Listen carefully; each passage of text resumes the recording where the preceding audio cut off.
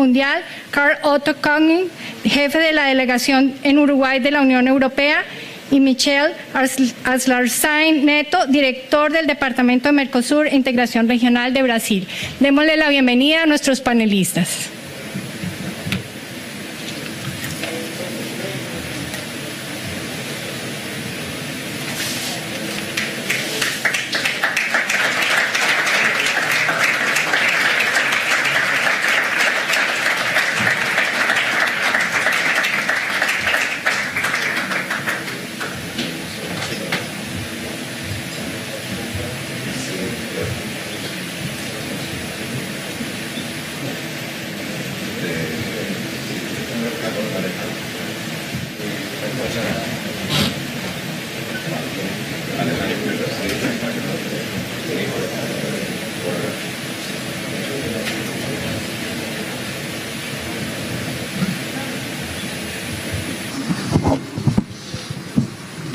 Muy buenos días a todos.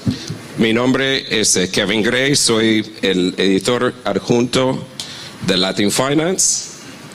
Bienvenidos al primer panel del día, donde queremos explorar temas de comercio internacional en un momento clave para los países de la región. Antes de la perspectiva de un acuerdo comercial entre la Unión Europea y Mercosur, los países de la región siguen desarrollando esfuerzos para expandir su comercio intrarregional y global. En un panorama complejo para el comercio internacional, esta sesión va a analizar el futuro de las políticas de integración y las oportunidades y desafíos de nuevos bloques comerciales como la Alianza del Pacífico.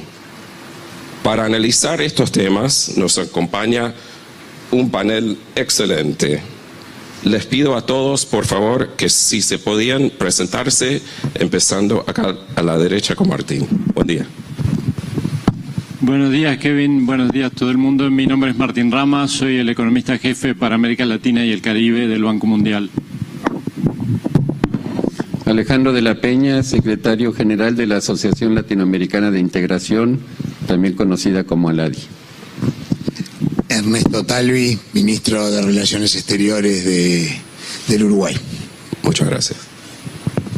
Muy buenos días a todos. Es un placer compartir este evento con ustedes. Muchas gracias a Fonplata para darnos la oportunidad de hablar sobre un tema importante.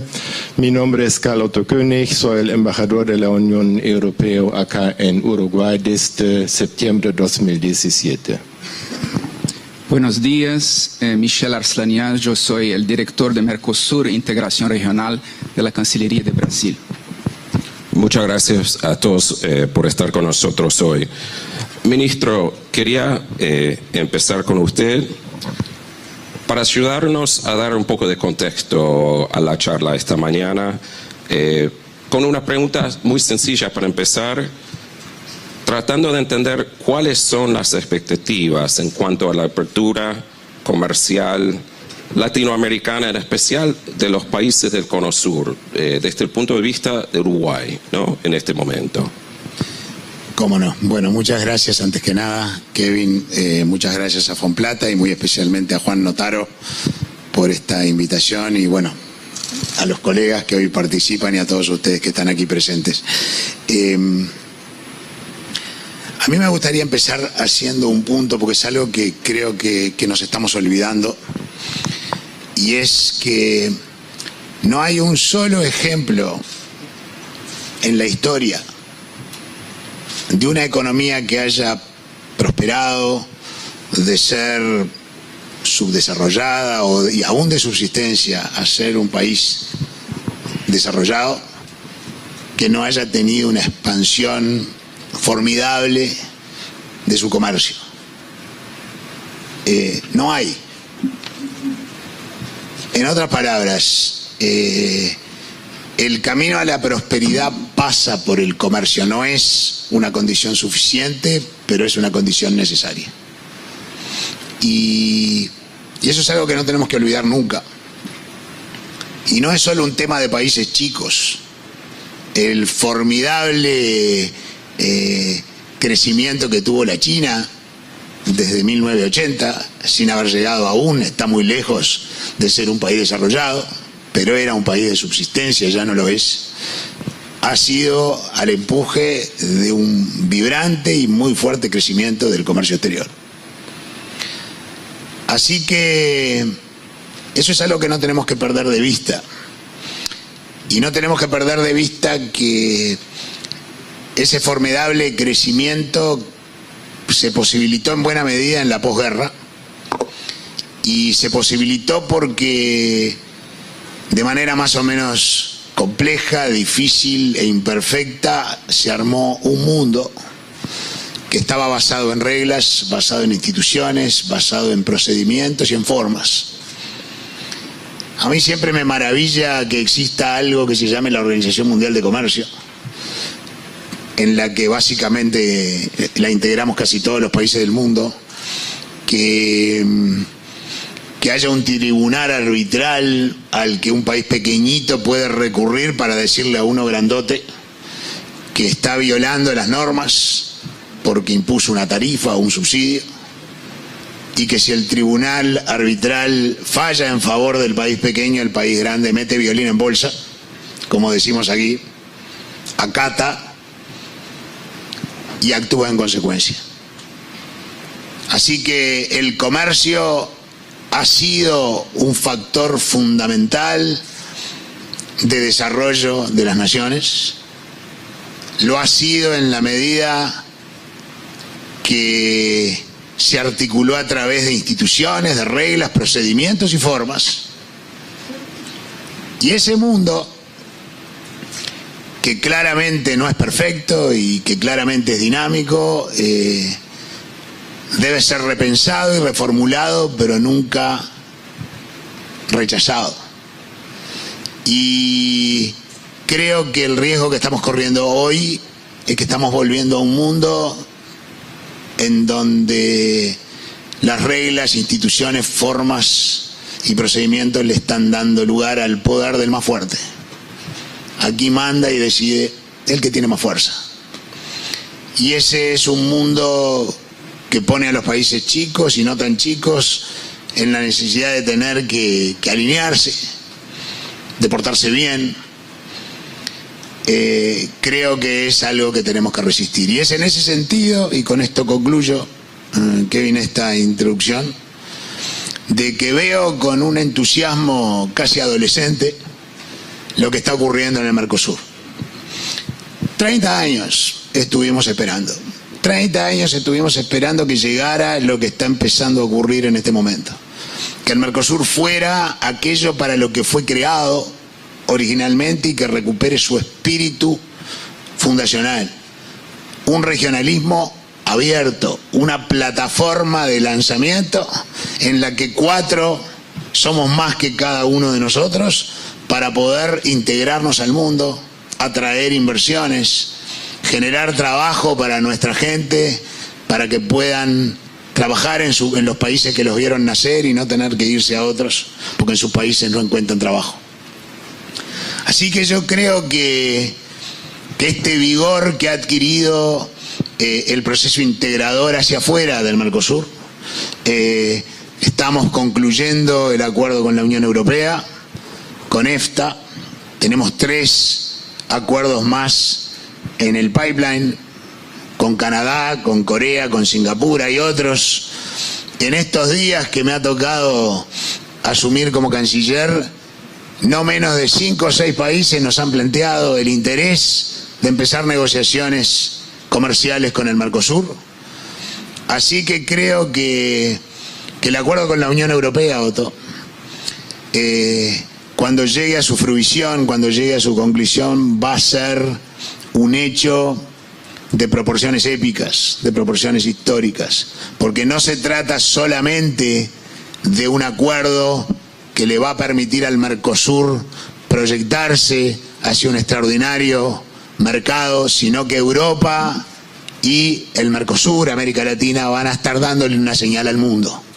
No estamos dispuestos a abandonar un mundo en donde el comercio es un foco central de la búsqueda esquiva y difícil de la prosperidad, de la dignidad, sino que no estamos dispuestos a abandonar un mundo en donde las relaciones no son en base a la fuerza militar o económica, sino en base a las reglas, las instituciones, las formas, los procedimientos y la cooperación. Muchas gracias, ministro. Michel, te quería preguntar las perspectivas desde Brasil. ¿Cuál es la perspectiva desde el punto de vista desde Brasil? Y después quiero traer un poco de su perspectiva también. Sí, gracias. Yo comparto plenamente lo que dijo el canciller uruguayo. Yo creo que cuando uno habla hoy sobre la agenda de negociaciones de acuerdos comerciales de Mercosur, yo creo que es importante tener en cuenta eso, que eso está en el DNA de Mercosur. Estamos cumpliendo el propósito para el cual el Mercosur fue creado, de volverse un instrumento de inserción ventajosa en la economía internacional. Entonces, es un tema que hace parte de la agenda del gobierno de Brasil, pero yo creo que es muy importante tener en cuenta que es algo que estamos haciendo, lo que estamos haciendo es cumplir los propósitos de Mercosur. Y el dinamismo que adquirió la agenda externa de Mercosur, el acuerdo que concluimos con la Unión Europea en junio del año pasado, y la conclusión de la negociación con EFTA, yo creo que aumentó la percepción dentro de Brasil por parte del gobierno de que Mercosur, funcionando de esta manera, puede ser un aliado importante para las reformas que estamos haciendo para aumentar la competitividad, la productividad de nuestras economías, de nuestra economía. Yo creo que esta percepción de un Mercosur como herramienta de prosperidad, de modernidad, es un elemento central y que debemos cada vez más preservar y reforzar. Yo creo que esas son mi manifestación inicial. Gracias. Embajador, dado el contexto global, ¿esto ayuda a avanzar estas conversaciones? O sea, es un buen momento de ir cerrando este acuerdo comercial. ¿Y qué implicaciones tendría un acuerdo comercial entre la Unión Europea y Mercosur, en su opinión? Ya, muchas gracias. Tenemos que ver el tema en su conjunto, no solo de una perspectiva comercial. Tenemos que empezar quién somos nosotros, la Unión Europea. Y son tres elementos que nos caracterizan. Somos el único super soft power, soft quiero subrayar, en el mundo. Tenemos una vocación integradora y tenemos una alta sensibilidad social. Y vivimos al nivel global en un contexto, ya el ministro lo explicó, donde observamos una erosión de la estructura multilateral que creció después de la Segunda Guerra Mundial, que fue el trabajo de sabios que sacaron las conclusiones de dos catástrofes en el siglo pasado. Una palabra en este contexto es la OMC. Necesitamos estas estructuras, no solo los países pequeños, pequeño entre comillas, pero también de los países grandes. Necesitamos reglas claras, necesitamos instituciones fuertes, procedimientos compartidos y valores compartidos. Y en este sentido, nosotros abogamos por estructuras de una gobernanza global como único super soft power que queda en este mundo. Y eso es la esencia de nuestra nueva estrategia, cómo queremos cooperar con Latinoamérica. La meta es llegar a estructuras de gobernanza global en una acción conjunta con Latinoamérica y estos países. Y este tratado, que es mucho más que un tratado de libre comercio entre la Unión Europea y el Mercosur, es un tratado de asociación estratégica que tiene tres elementos o tres pilares. Tenemos una parte institucional, una parte política y de cooperación y la parte comercial, este tratado de libre comercio. Tenemos que entender ya la estructura institucional, donde tendremos en el futuro cada año reuniones al nivel de los ministros. Y abajo de este Consejo de Asociación tendremos una comisión que funciona como una gerencia. Y abajo de esta comisión tendremos subcomisiones que se dedican a temas importantes de la parte política como comercial. Ahí tenemos todos temas modernos, lucha contra el cambio climático, un foro social para un diálogo con la sociedad civil, no hemos olvidado los MIPYMES, todos estos temas modernos que tenemos. Y eso es súper importante porque en común tenemos más peso en este mundo. Ahí sabemos estructurar una globalización salvaje. La semana pasada salió en un periódico famoso el título "La Unión Europea a través de sus acuerdos de asociación está estructurando y transportando sus valores y sus estándares". Y el tema de los estándares es en la parte comercial súper importante. Si tenemos todos los mismos estándares, podríamos construir cadenas de producción de diferentes niveles, no solo un simple intercambio de productos. Y este tratado de asociación es una clara señal política al mundo. El multilateralismo eficaz está vivo y luchamos para este mecanismo. Y al nivel regional, en relación con Mercosur, damos más visibilidad al Mercosur. Es un ascenso a la primera liga. Ahora es un jugador y los demás, el ministro lo ha explicado con que los demás quieren jugar. Es súper importante.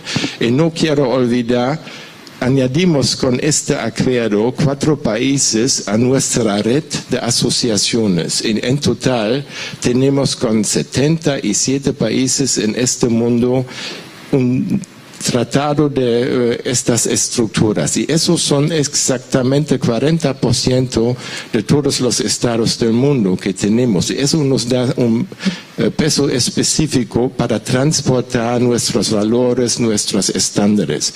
Y en común con Mercosur, por ejemplo, podemos definir los estándares modernos, técnicos, laborales, sociales, fitosanitarios. Entonces es mucho importante de saberlo. Y al nivel del Mercosur es un empuje para la modernización, para la armonización, da más institucionalidad por la parte institucional que tenemos, y somos también, como yo he dicho, somos sociales. Somos sociales a nivel global porque la Unión Europea brinda 56% de toda la cooperación en el mundo. Casi brindamos más ayuda humanitaria que todos los 193 estados que quedan, y pagamos la gran parte de los presupuestos de las ONGs. Y esta idea que somos sociales, que no queremos explotar, que queremos tener relaciones a pie de igualdad, es también en este tratado de asociación con el Mercosur. Aceptamos por primera vez una gran asimetría. Algo que nunca hemos aceptado antes, asimetría en tiempo de desgravación de los aranceles y tarifas, y también en el volumen. Y eso quiero subrayar. En suma, es un tratado de una importancia geoestratégica y es un punto de inflexión, un game changer en nuestra relación regional como a nivel global. Ministro, le quería hacer una pregunta respecto de estamos viendo en la región algunas diferencias al respecto de, digamos, estructuras de economía, visiones económicas un poco entre varios países. ¿Esto va a ser un obstáculo para que avance el acuerdo con la Unión Europea? ¿Qué ve por ese lado? La respuesta corta es no. Definitivamente los países que integramos el Mercosur vamos a tener matices y diferencias. No somos el mismo país y por eso es que los acuerdos se negocian de manera trabajosa. Pero acá hay una decisión muy importante de avanzar en esta dirección geoestratégica, como dice Otto, de integración para volver al ADN original del Mercosur. Y creo que lo que se ha logrado en este acuerdo con la Unión Europea es introducir flexibilidades que le permiten a los países ir a velocidades distintas. O sea, en una matriz en la que negociamos los cuatro juntos y que la marca Mercosur se preserva. Por eso para nosotros es tan importante, como creo que es para todos los miembros, estamos negociando juntos. En esa negociación todos participamos, todos hacemos saber nuestros intereses ofensivos, defensivos.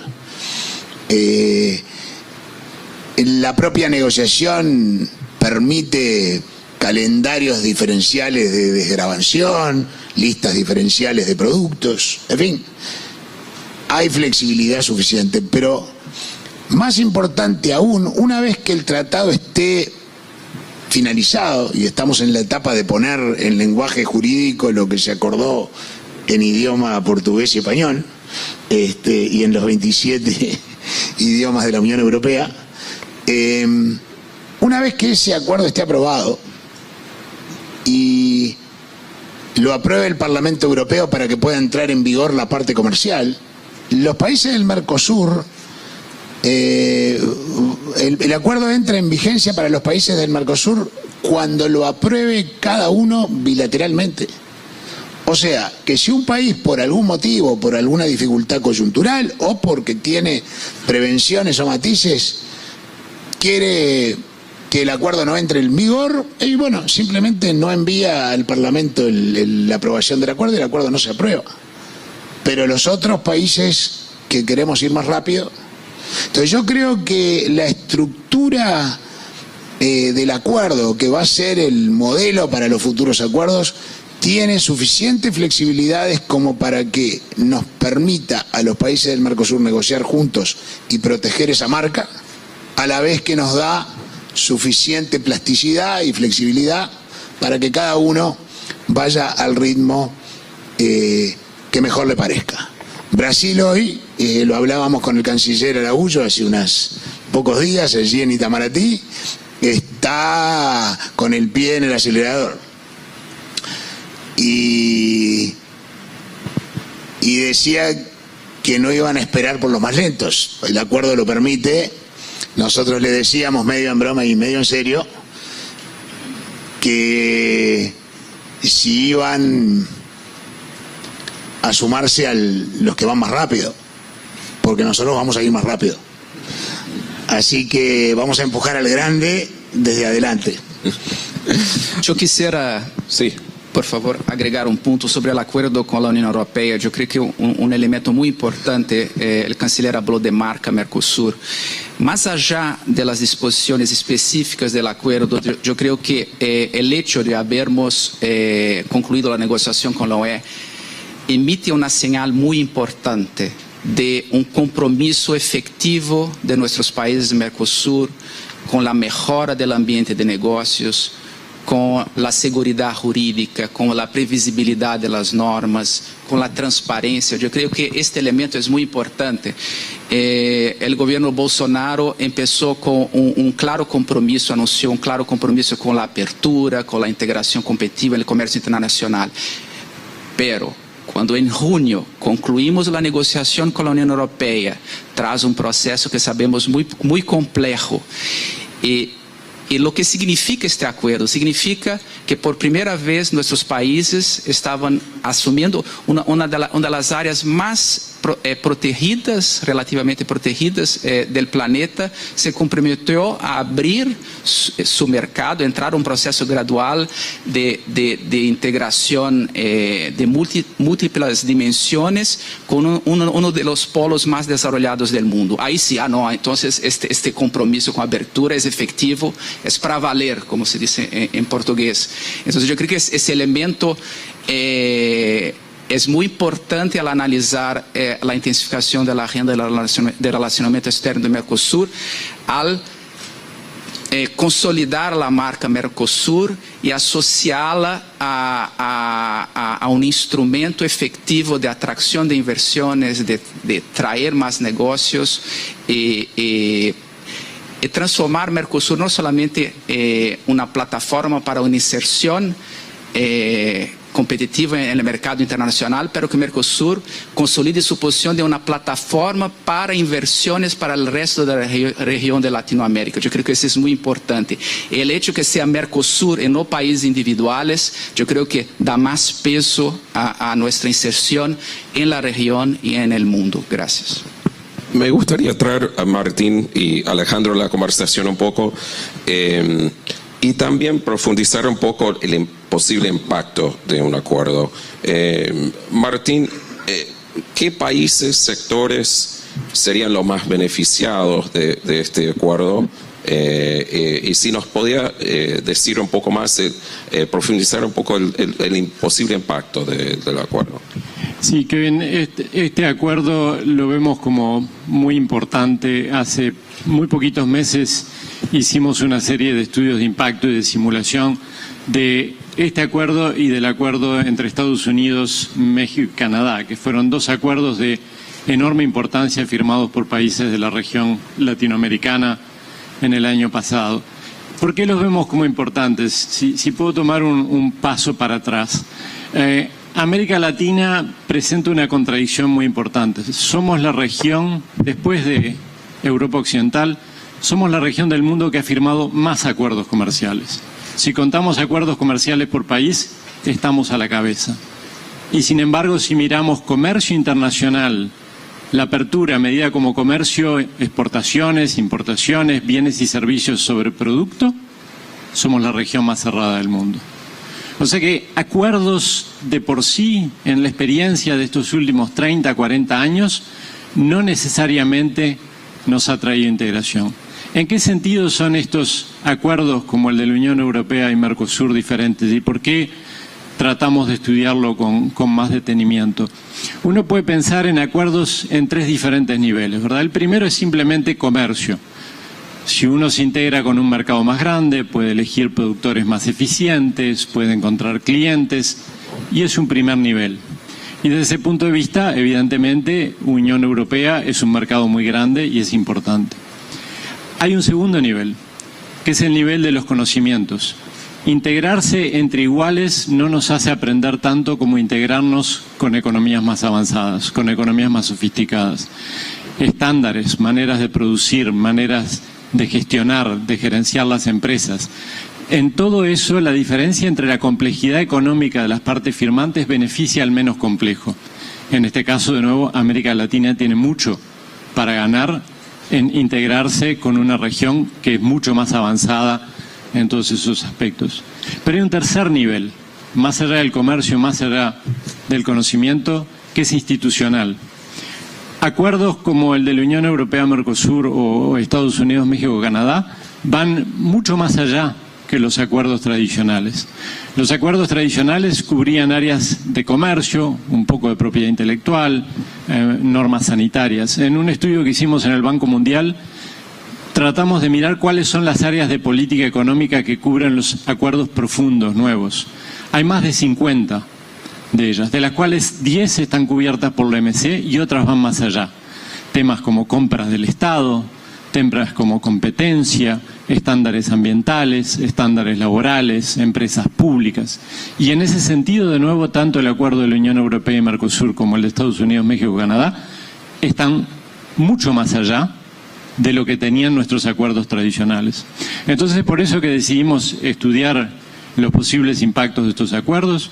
Déjeme decirle en un resumen muy breve, porque no quiero acaparar todo el tiempo. Primero, en términos de crecimiento, la expectativa es muy positiva. La expectativa es que durante el periodo de implementación este tipo de acuerdos puede agregar casi un punto porcentual de crecimiento al año para los países del lado latinoamericano. En términos de estructura económica, una buena noticia en algún sentido, porque lo vuelve más fácil, es que no hay grandes cambios en la estructura entre sector agropecuario, industrial y servicios. Hay cambios al interior.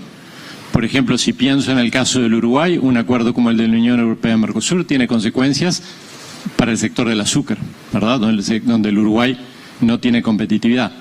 Pero no tiene consecuencias dramáticas en otros sectores, como habría tenido hace muchos años cuando había un sector de industria protegida que habría tenido que ajustarse, ¿verdad? A esta altura, si lo pienso en el contexto del Uruguay, pero también para Brasil, para Argentina, para Paraguay, vemos cambios en sectores específicos, obviamente ganancias en áreas donde hay ventaja comparativa, pero no hay grandes contracciones, excepto, de nuevo, por sectores específicos, como mencioné, el caso del azúcar.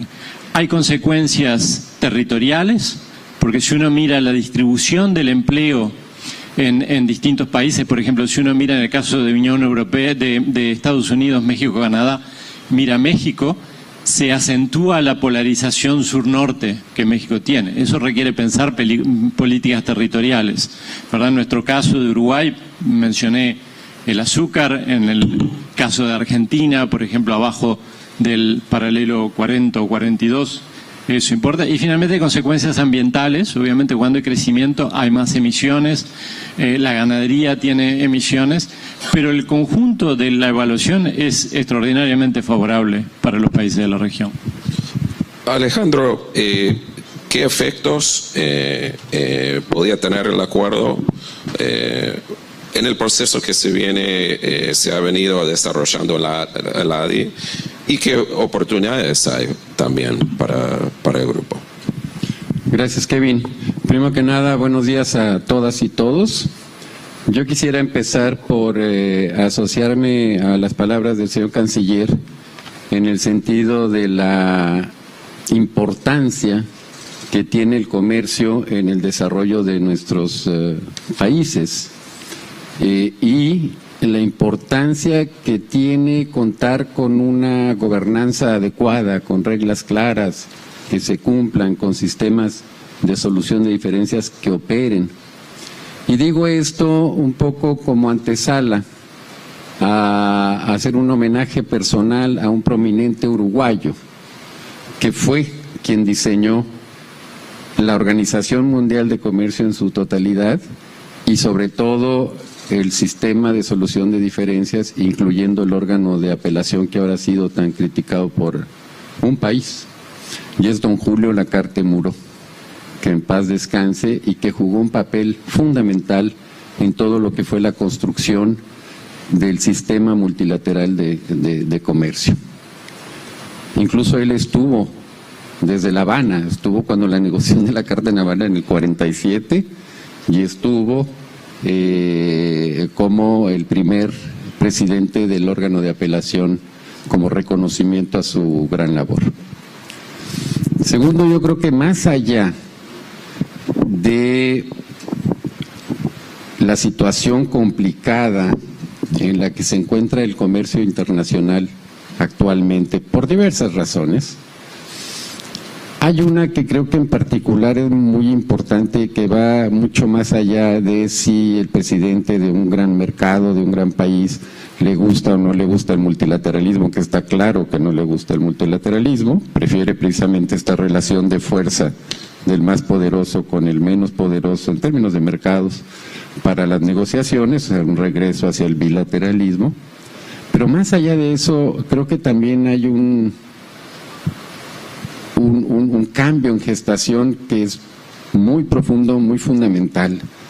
Por experiencia propia, yo noté que durante de la posguerra, que bueno, yo no estaba en la guerra, pero bueno, de la posguerra hasta principios hasta el inicio de la Doha Round, las negociaciones en el GATT, luego la OMC, los dos principales actores eran la Unión Europea, entonces Comunidad Económica Europea, y Estados Unidos, y de lo que se trataba era de acomodar diferentes formas de hacer lo mismo, pero no había una diferencia más de fondo.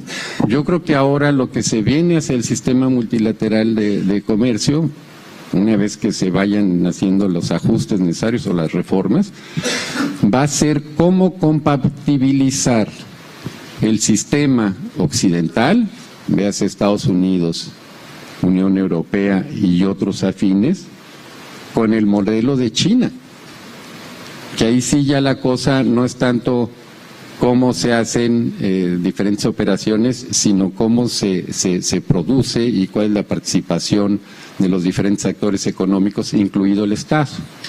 Yo creo que ahí se viene un cambio que está ahí, pero que todavía no pasa a la parte institucional de gobernanza global. Y tercero, ya refiriéndome más al acuerdo entre Mercosur y la Unión Europea, yo creo que una vez que entre en vigor,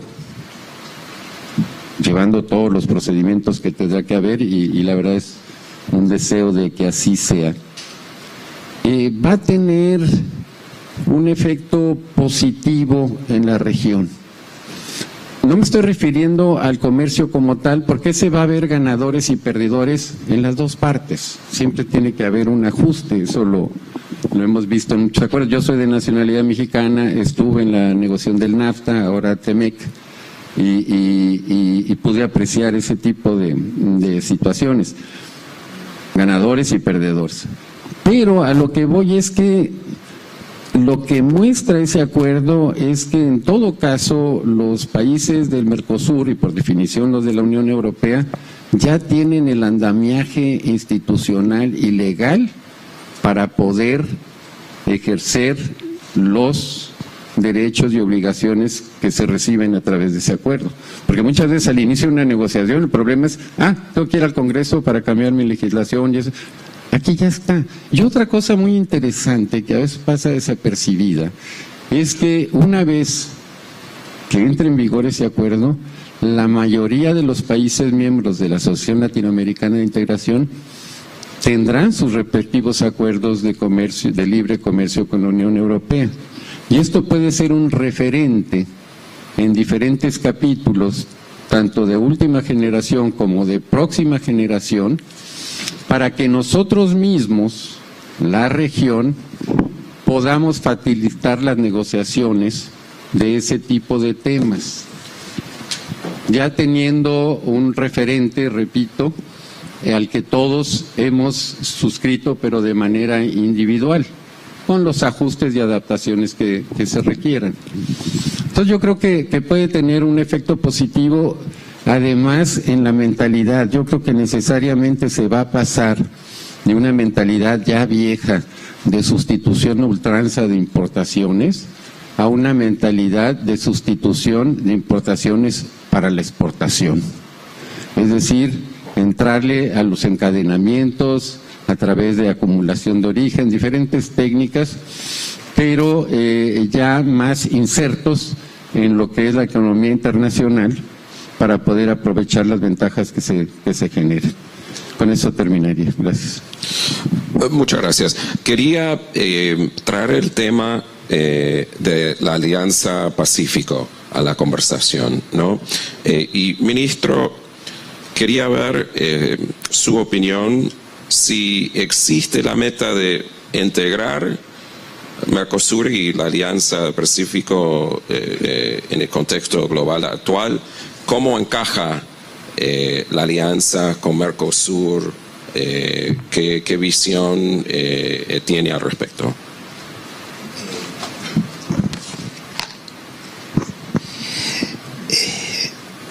Mira, Kevin, hace unos años, parece una eternidad, lo escribimos hace 6 años en un trabajo que hicimos para la Brookings Institution. En momentos en que se estaba negociando el Trans-Pacific Partnership, el Tratado Transpacífico y el Tratado Transatlántico entre Estados Unidos y la Unión Europea, digo, parece una eternidad porque ese mundo ha cambiado mucho. Lo que nosotros nos preguntábamos era, ¿y por qué no un Trans-American Partnership? Lo que decía Martín, una enorme cantidad de países latinoamericanos ya tienen tratados bilaterales, ya sea individualmente o en conjunto, con Estados Unidos. Eran 11 en aquel momento, pero en un sistema radial en el que todos esos estándares eran acordados con el país del norte, pero que había poco diálogo entre ellos. Entonces veíamos una extraordinaria oportunidad para recrear el espíritu que entendemos que falta hoy en las Américas de 1994, cuando se lanzó la idea del ALCA, y que pudiéramos soñar con la posibilidad de que algún día tuviéramos libre tránsito de personas, de bienes, en fin, y de capitales a través desde Alaska hasta Tierra del Fuego. Había un sueño compartido que no prosperó. Entonces nosotros lo que pretendíamos en ese momento era recrear ese sueño. Si hay un TPP, si hay un TIP, ¿por qué no un Trans-American Partnership? El Mercosur en aquel momento estaba en una etapa mucho más distante que la Alianza del Pacífico y que los países de Centroamérica. Entonces propusimos un sistema en el que los países del Mercosur nos iríamos integrando a ese esquema de una manera más gradual. En fin, con esto que quiero decir, Kevin, es un pequeño detour histórico. Hoy el mundo ha cambiado mucho y pensar hoy en esa idea parece un poco lejana, pero creo que el embrión de esa idea latinoamericana la tenemos que recuperar. ¿Y cómo recuperarla? Alianza del Pacífico, Mercosur. Nosotros vamos a seguir a todo ritmo con nuestros amigos de Brasil y por supuesto el resto de los países del Mercosur negociando tratados, pero la Alianza del Pacífico debiera ser un objetivo estratégico. Yo creo que los objetivos que nos hemos puesto en el plan de acción de Puerto Vallarta son tímidos. Debiéramos ir por más. Debiéramos ir por potenciar la integración entre esos dos grandes bloques para que la integración de las Américas, en este caso de Latinoamérica, sea otro de los grandes pilares de desarrollo, de cooperación y geoestratégicos que nos posicionen en el mundo con los mejores estándares, aprovechando que el acuerdo con la Unión Europea nos va a obligar a adoptar estándares muy elevados. Tú lo decías, Michelle, eso hacia la interna de nuestros países fuerza transformaciones que de otra manera serían más difíciles de procesar, pero creo que sería una gran oportunidad para que empecemos a pensar con un objetivo estratégico que estos dos bloques se integren uno con el otro y que tengamos al menos las Américas que hablan en idiomas de raíz latina, que estemos todos integrados. Lo necesitamos el mundo lo necesita. Aquí hay valores, termino con esto, Kevin, y después no hablo más. No. Dejo el resto de la sesión para mis colegas. Aquí no se trata, como dice Otto, de comercio. Aquí no se trata solo de integración. Aquí se trata de defender valores en los que creemos. Vivimos en una civilización occidental a la que pertenecemos y de la que estamos orgullosos. Una civilización que está asentada en la defensa de la democracia, del Estado de Derecho, del respeto por los derechos humanos, del respeto por la diversidad, por la dignidad humana, por la convivencia pacífica en la diversidad, del respeto por las libertades.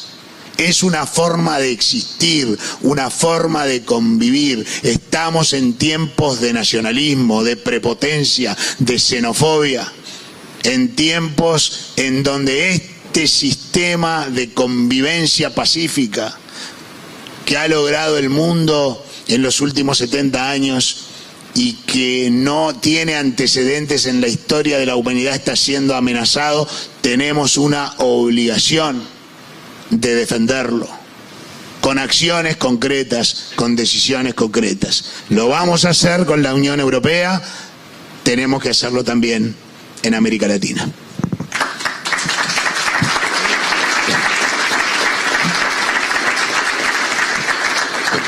Michel, te quería preguntar específicamente sobre la Alianza del Pacífico, ¿no? Y el punto de vista de Brasil. Mira, yo creo que hemos caminado en el proceso de acercamiento que empezó en 2014. En 2017, por primera vez, establecemos una agenda concreta de cooperación que fue ampliada en el plan de Puerto Vallarta en 2018.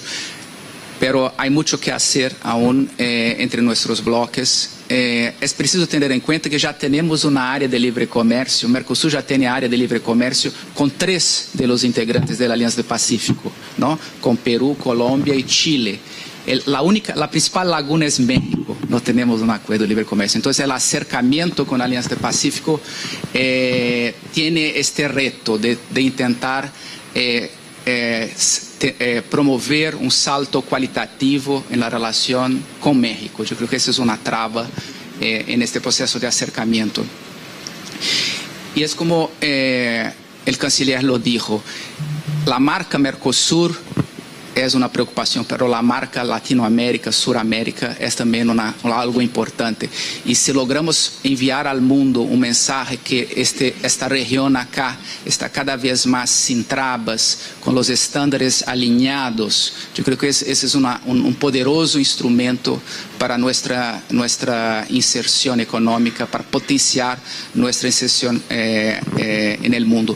Entonces, de ahí la importancia de la integración en nuestras agendas, en nuestros proyectos nacionales de desarrollo. Yo creo que hay que tener esta visión estratégica y yo creo veo con mucho entusiasmo las palabras del canciller. Embajador, ¿alguna observación? Sí. En primer lugar, quiero saludar al nuevo ministro Luis Alberto Heber de Transporte. Bienvenido, nos honra con su presencia. Gracias. Nosotros como Unión Europea queremos cooperar con todo el continente latinoamericano. Eso es la esencia de la nueva comunicación, la nueva estrategia que tenemos para cooperar con este continente en 4 áreas. Prosperidad es la parte del comercio, democracia, donde defendemos valores, resiliencia, donde cooperamos porque creamos en la amistad y somos, como ya he dicho al principio, tenemos también esta sensibilidad social, ayudamos al continente y nuestra meta es llegar a estructuras de una gobernanza global.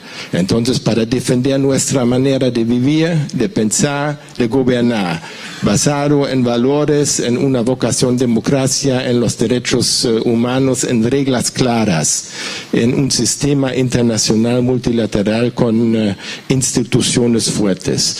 Y yo fui hace años también director general adjunto para Latinoamérica en el servicio alemán y observamos un montón de procesos de integración en este continente. Un colega mío dijo, es otro como una ensalada de pasta, no sabes dónde empieza y dónde va a terminar. Pero en esta ensalada hay dos pastas gordas y eso es el Mercosur, y damos un empuje a la integración del Mercosur con nuestro acuerdo de asociación. Martín mencionó la cantidad de tratados. No es lo decisivo es la calidad, lo que ofrecemos.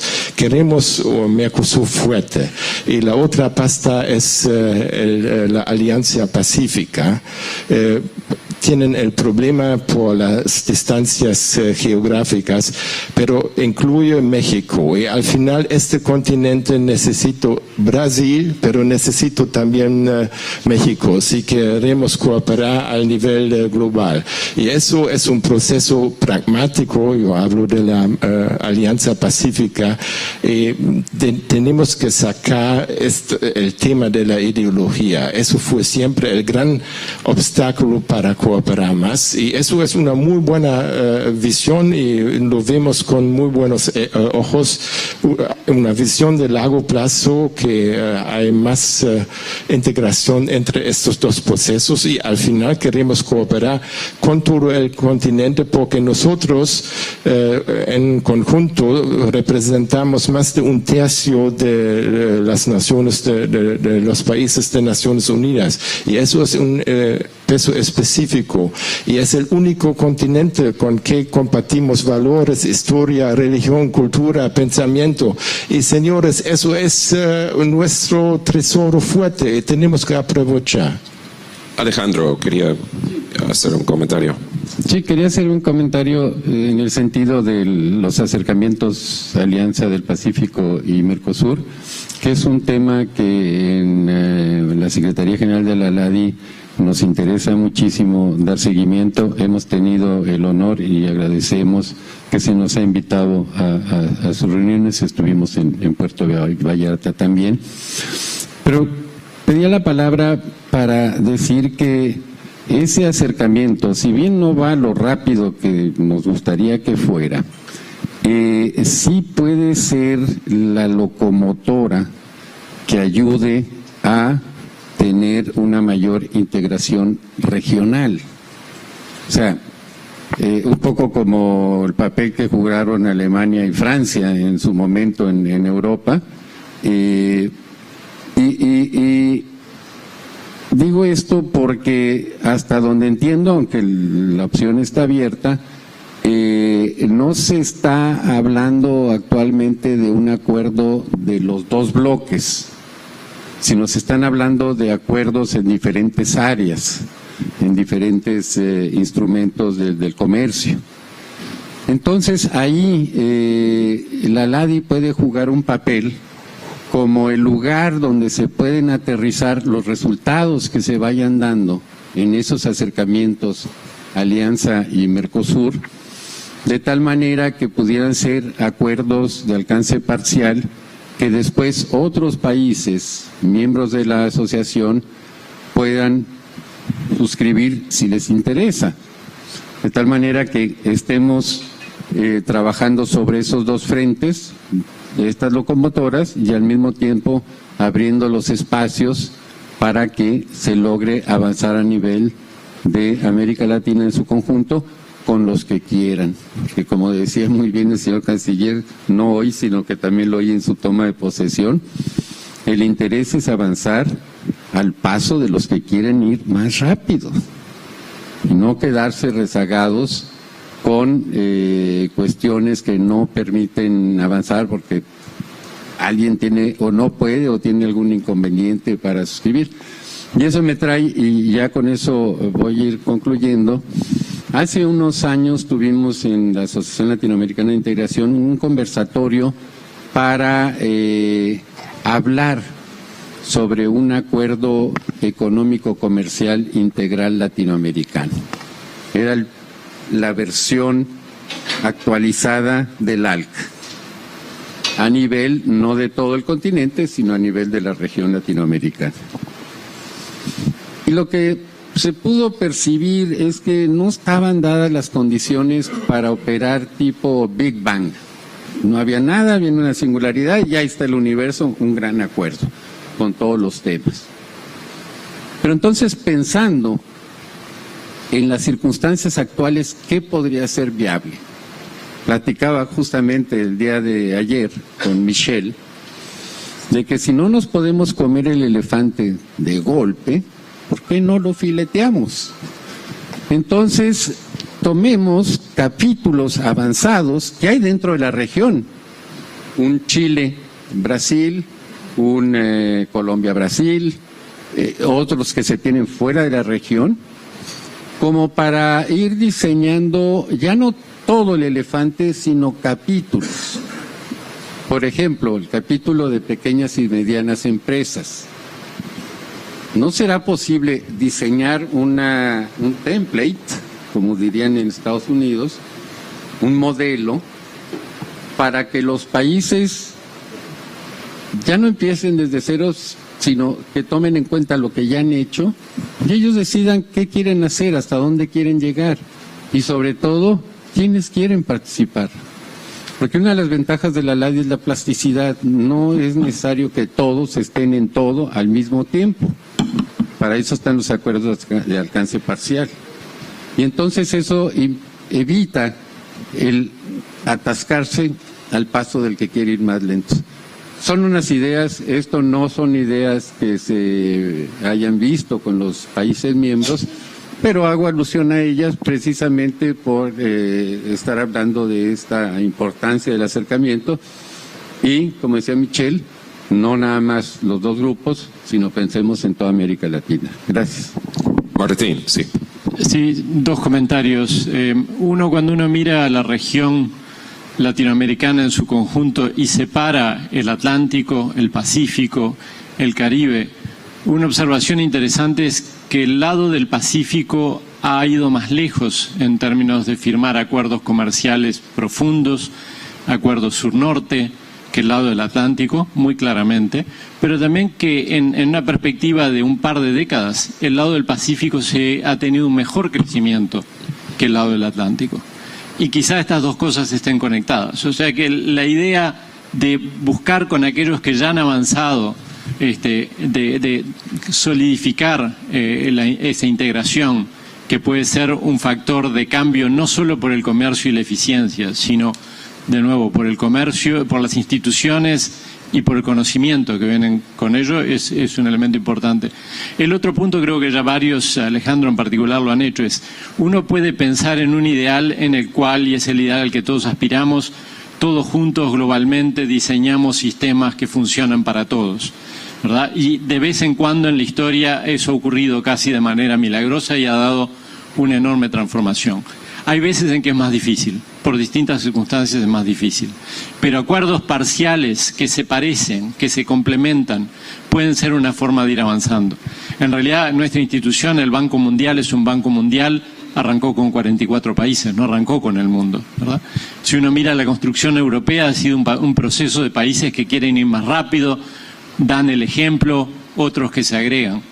Y pienso que en el contexto actual, en el cual hay dificultades para avanzar de manera puramente multilateral, este tipo de avances entre grandes bloques que quieren ir para adelante, que quieren poner un estándar más alto en la forma en que participamos en el mundo, es muy viable y es particularmente la manera más viable para países chicos, diría, de ir en esa dirección. Martín, quería seguir ese punto, pensando en qué lecciones podían aprender los países sudamericanos de otras regiones emergentes, ¿no? Como el sudeste asiático, en temas de comercio regional y integración económica. ¿Hay algunas lecciones? Quisiera dar un ejemplo de mi experiencia personal que encuentro muy importante. Durante muchos años yo fui el economista a cargo del lado del Banco Mundial para Vietnam. En una época en que Vietnam estaba en una transición de una economía planificada y pobre, muy pobre, a tratar de integrarse al mundo.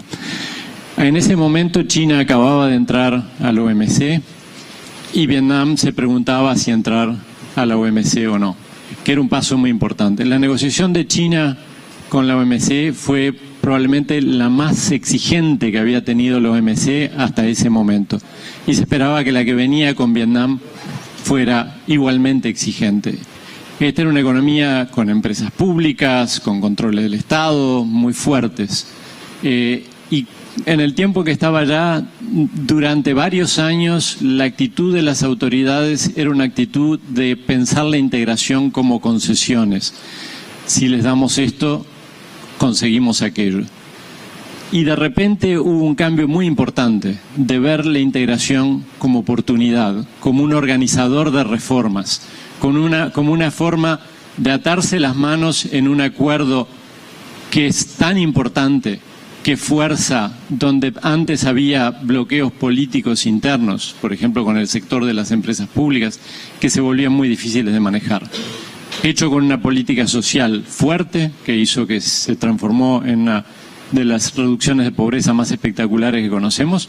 Para mí ese es el tipo de actitud, de concesiones y defensa a oportunidad y reforma, que veo como muy importante. Estos días, aún hablando con colegas y contrapartes en China, en todas las dificultades que hay, ver las dificultades actuales como una oportunidad para reforma, para introducir mejores niveles de propiedad intelectual, etcétera, es también muy importante. O sea, yo le vería, la integración es no solo el comercio, es no solo el conocimiento, es no solo las instituciones, es un vehículo de reforma muy importante para gobiernos que quieren, que aspiran a llegar a ser que sus países sean economías desarrolladas.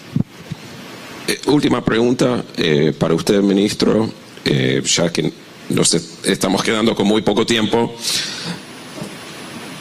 Cuando volvemos el año que viene acá en Montevideo a seguir esta conversación, ¿cuál va a ser el título de este panel? Este año es Comercio Internacional e Integración. ¿Cuál sería el año que viene, en su opinión?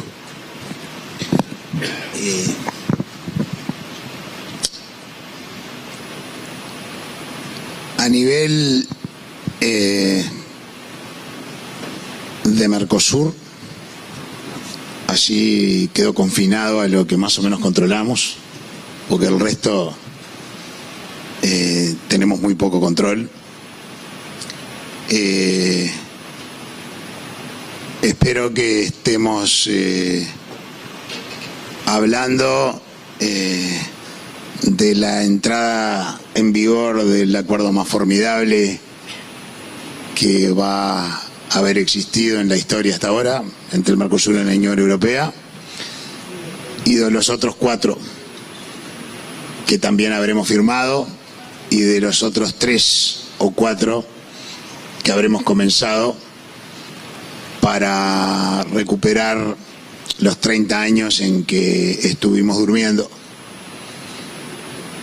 y nos perdimos el tren.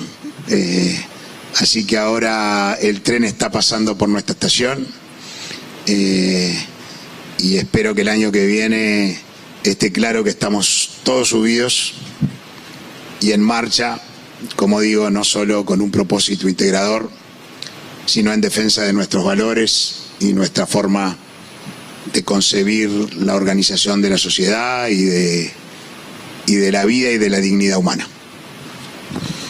Ministro, muchas gracias. Martín, Alejandro, embajador, Michelle, muchísimas gracias a todos. Una conversación muy, muy rica esta mañana.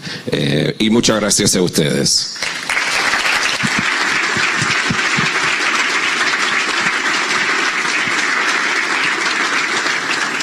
Muchas gracias a nuestros distinguidos panelistas. A continuación, los invitamos a disfrutar de el café hasta las 11 de la mañana, cuando empezará nuestro segundo y último panel de la jornada. Gracias.